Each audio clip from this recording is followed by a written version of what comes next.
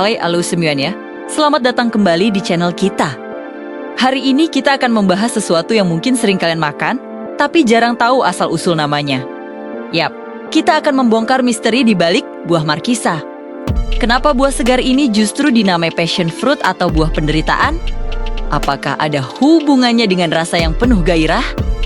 Ternyata, jawabannya jauh lebih dalam dan religius dari yang kita duga. Kalian pasti mikir, passion itu kan artinya gairah, semangat, atau bahkan cinta yang membara. Wajar banget kalau kita mengira namanya terinspirasi dari rasanya yang eksotis dan menggugah selera. Tapi, mari kita putar waktu kembali ke abad ke-16 di Amerika Selatan. Saat itu, para misionaris Yesuit dari Spanyol pertama kali menemukan tanaman ini.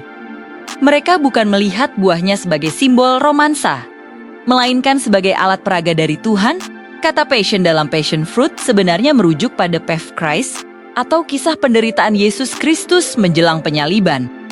Para misionaris ini melihat struktur bunga markisa yang begitu unik dan kompleks, dan mereka langsung mengaitkannya dengan detail-detail dalam kisah tersebut.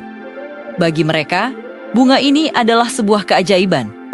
Sebuah narasi visual yang diciptakan oleh alam untuk menceritakan kembali peristiwa suci itu. Bunga markis, yang nama ilmiahnya adalah Sephora, seolah-olah dirancang khusus untuk menjadi simbol. Coba kita perhatikan lebih dekat. Struktur bunganya yang rumit itu punya makna tersendiri. Pertama, ada filamen atau serabut-serabut halus yang melingkar di tengah bunga. Ini dianggap melambangkan mahkota duri yang diletakkan di kepala Yesus. Bentuknya yang tajam dan melingkar benar-benar mengingatkan pada gambaran penderitaan tersebut. Lalu, lihatlah bagian pusatnya. Ada 3 kepala putik atau stigma yang menonjol. Bagi para misionaris, ini melambangkan 3 paku yang digunakan untuk menyalibkan Yesus, 2 di tangan dan 1 di kaki. Tepat di bawahnya, ada 5 kepala sari atau anter yang terlihat seperti luka melepuh. Ini diartikan sebagai simbol dari 5 luka suci yang diterima Yesus di tubuhnya, 4 luka dari paku dan 1 luka tombak di lambungnya. Belum selesai sampai di situ. Kelopak dan mahkota bunganya yang berjumlah 10 juga punya arti. Angka ini mewakili 10 rasul setia yang mendampingi Yesus selama masa-masa terakhirnya. Kenapa 10? Bukan 12? Karena 2 rasul lainnya, yaitu Petrus yang menyangkalnya dan Yudas yang mengkhianatinya, tidak dihitung dalam simbolisme ini. Jadi, setiap bagian dari bunga ini, dari kelopak hingga serabutnya, punya peran dalam menceritakan kisah penyaliban. Luar biasa, kan? Bagaimana sebuah bunga bisa memiliki interpretasi sedalam ini? Para misionaris menggunakan bunga flora ini sebagai cara efektif untuk mengajarkan Injil kepada penduduk asli Amerika Selatan. Mereka tidak perlu membawa gambar atau buku yang rumit.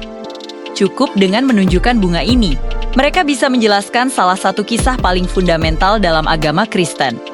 Bunga ini menjadi jembatan visual antara keyakinan mereka dan dunia alam yang baru mereka temui. Nama ini kemudian melekat erat. Di berbagai belahan dunia, nama yang berakar dari passion ini terus digunakan. Dalam bahasa Inggris kita kenal sebagai passion fruit, dalam bahasa Portugis di Brazil. Namanya adalah maracuj, yang juga berasal dari bahasa Tupi Guarani yang berarti makanan dalam labu. Tapi asosiasinya dengan kisah penderitaan tetap kuat. Bahkan di Jerman namanya adalah Passionsfrucht.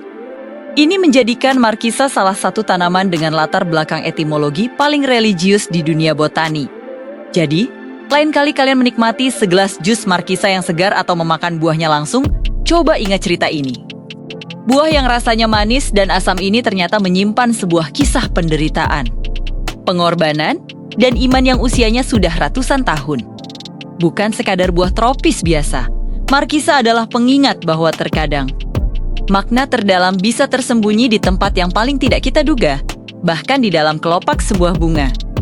Kisah ini menunjukkan betapa manusia selalu berusaha mencari makna dan hubungan antara dunia spiritual dengan alam di sekitarnya. Bagi para misionaris abad ke-16, bunga markisa adalah bukti nyata dari campur tangan ilahi.